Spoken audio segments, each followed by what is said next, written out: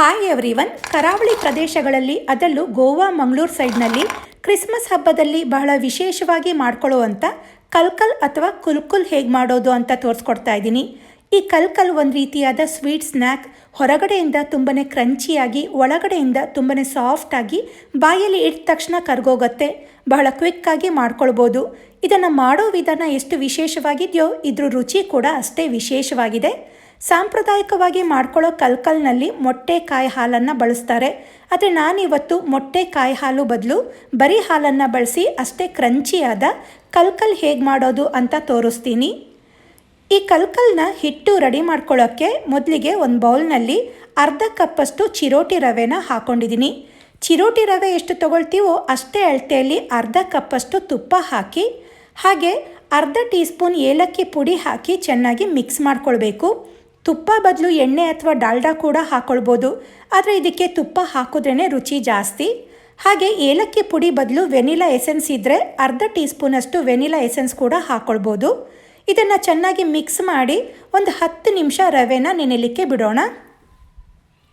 ಒಂದು 10 ನಿಮಿಷದ ನಂತರ ರವೆ ಸ್ವಲ್ಪ ಅರಳ್ಕೊಂಡಿರುತ್ತೆ. ರವೆ ತುಪ್ಪನ ಮಿಕ್ಸ್ ಮಾಡಿದ ತಕ್ಷಣ ಮೈದಾ ಹಿಟ್ಟನ್ನು ಹಾಕಲಿಕ್ಕೆ ಹೋಗಬೇಡಿ. ಈ ರೀತಿ ಒಂದು 10 ನಿಮಿಷ ನೆನೆಸ್ಕೊಂಡ ನಂತರನೇ ಮೈದಾ ಹಿಟ್ಟನ್ನು ಸೇರಿಸ್ಕೊಳ್ಬೇಕು.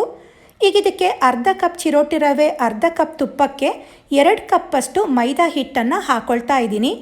ಹಾಗೆ ಇದ್ರ ಜೊತೆ ಸ್ವಲ್ಪ ಉಪ್ಪನ್ನು ಹಾಕಿ ಚೆನ್ನಾಗಿ ಮಿಕ್ಸ್ ಮಾಡ್ಕೊಳ್ಬೇಕು. ಯಾವುದೇ ಸ್ವೀಟ್ ಸ್ನ್ಯಾಕ್ಸ್ಗೆ ಸ್ವಲ್ಪ ಉಪ್ಪನ್ನು ಹಾಕಿದ್ರೆ ಇನ್ನೂ ರುಚಿ ಕೊಡತ್ತೆ. ಈಗ ಈ ತುಪ್ಪ ಹಿಟ್ಟಿನ ಜೊತೆ ಚೆನ್ನಾಗಿ ಹರಡ್ಕೊಳ್ಳೋ ಹಾಗೆ ಮಿಕ್ಸ್ ಮಾಡ್ಕೊಳ್ಬೇಕು. ಈ ಹಿಟ್ಟನ್ನು ಕೈಯಲ್ಲಿ ಮುಷ್ಟಿ ಕಟ್ಟಿದಾಗ ಈ ಥರ ಉಂಡೆ ರೀತಿ ಆಯಿತು ಅಂದರೆ ಹಿಟ್ಟು ಚೆನ್ನಾಗಿ ಮಿಕ್ಸ್ ಆಗಿದೆ ಅಂತ. ಇದಕ್ಕೀಗ 2 ಕಪ್ಪಷ್ಟು ಮೈದಾ ಹಿಟ್ಟಿಗೆ 1 ಕಪ್ಪಷ್ಟು ಸಕ್ಕರೆ ಪುಡಿನ ಹಾಕಿ ಚೆನ್ನಾಗಿ ಮಿಕ್ಸ್ ಮಾಡ್ಕೊಳ್ಳಿ. ಈ ಸಕ್ಕರೆ ಪುಡಿ ಎಲ್ಲ ಹಿಟ್ಟಿಗೂ ನೀಟಾಗಿ ಕೋಟ್ ಆಗಬೇಕು. ಇದನ್ನು ಚೆನ್ನಾಗಿ ಮಿಕ್ಸ್ ಮಾಡಿಕೊಂಡ ನಂತರ ಸ್ವಲ್ಪನೇ ಹಾಲು ಹಾಕ್ಕೊಳ್ತಾ ಹಿಟ್ಟನ್ನು ಕಲಿಸ್ಕೊಳ್ತಾ ಬರಬೇಕು. ಒಂದೇ ಸಲ ಹಾಲನ್ನು ಹಾಕಲಿಕ್ಕೆ ಹೋಗಬಾರ್ದು. ಇಷ್ಟು ಹಿಟ್ಟಿಗೆ ಸುಮಾರು ಒಂದು 1/4 ಕಪ್ಪಷ್ಟು ಹಾಲು ಬೇಕಾಗತ್ತೆ. ಕಲಿಸ್ಕೊಂಡಿರೋ ಹಿಟ್ಟು ತುಂಬ ಗಟ್ಟಿಯಾಗೂ ಇರಬಾರ್ದು. ತುಂಬ ಗಟ್ಟಿ ಇತ್ತು ಅಂದರೆ ಕಲ್ಕಲ್ ಶೇಪ್ ಕೊಡೋಕ್ಕೆ ಆಗಲ್ಲ. ಅದರಿಂದ ಸಾಫ್ಟ್ ಚಪಾತಿ ಹಿಟ್ಟನ್ನು ಕಲಿಸ್ಕೊಳ್ತೀವಲ್ಲ ಆ ಹದದಲ್ಲಿ ಇರಲಿ. ನೋಡಿ, ಕಲಿಸ್ಕೊಂಡಿರೋ ಹಿಟ್ಟು ಇಷ್ಟು ಸಾಫ್ಟಾಗಿ ಇರಬೇಕು. ಈಗ ಯಾವುದಾದ್ರೂ ಒಂದು ಸಣ್ಣ ಸ್ಪೂನ್ ಅಳತೆಯಲ್ಲಿ ಹಿಟ್ಟನ್ನು ತಗೊಂಡು ಉಂಡೆ ಮಾಡಿ ಇಟ್ಕೊಳ್ಬೇಕು. ಈ ರೀತಿ ಒಂದು ಅಳತೆಯಲ್ಲಿ ನಾವು ಹಿಟ್ಟನ್ನು ತಗೊಂಡ್ರೆ ಎಲ್ಲ ಕಲ್ಕಲ್ ಒಂದೇ ಸೈಜಲ್ಲಿ ಇರುತ್ತೆ. ಹಾಗೆ ಕರೀಲಿಕ್ಕೂ ಈಸಿ ಆಗತ್ತೆ ಅಂತ. ನಿಮಗೆ ಕೈ ಅಳತೆಯಲ್ಲೇ ಗೊತ್ತಾಗತ್ತೆ ಅಂದರೆ ಹಾಗೆ ಕೂಡ ಹಿಟ್ಟನ್ನು ಉಂಡೆ ಮಾಡಿ ಇಟ್ಕೊಳ್ಬೋದು. ಈ ರೀತಿ ಮಾಡ್ಕೊಂಡಿರೋ ಉಂಡೆನ ತುಪ್ಪ ಸವರಿದ ಫೋರ್ಕ್ ಹಿಂದಿನ ಭಾಗದಲ್ಲಿ ಇಟ್ಟು ಲೈಟಾಗಿ ಪ್ರೆಸ್ ಮಾಡಿದ್ರೆ ಹಿಟ್ಟಿನ ಕೆಳಗಡೆ ಫೋರ್ಕಿಂದು ಡಿಸೈನ್ ಬಂದಿರುತ್ತೆ. ಇದನ್ನೀಗ ನಿಧಾನಕ್ಕೆ ಹಿಟ್ಟನ್ನು ರೋಲ್ ಮಾಡ್ತಾ ತೆಗೆದು ತುದಿನ ಕೈನಲ್ಲಿ ಲೈಟಾಗಿ ಪ್ರೆಸ್ ಮಾಡ್ಕೊಳ್ಬೇಕು. ಈ ರೀತಿ ಪ್ರೆಸ್ ಮಾಡೋದ್ರಿಂದ ಇದನ್ನು ನಾವು ಎಣ್ಣೆಗೆ ಹಾಕಿದಾಗ ಓಪನ್ ಆಗಲ್ಲ, ಇಲ್ಲಾಂದರೆ ಫುಲ್ ಓಪನ್ ಆಗಿಬಿಡತ್ತೆ. ನೋಡಿ, ಕಲ್ಕಲ್ ಶೇಪು ಎಷ್ಟು ಚೆನ್ನಾಗಿ ಬಂದಿದೆ ಅಂತ.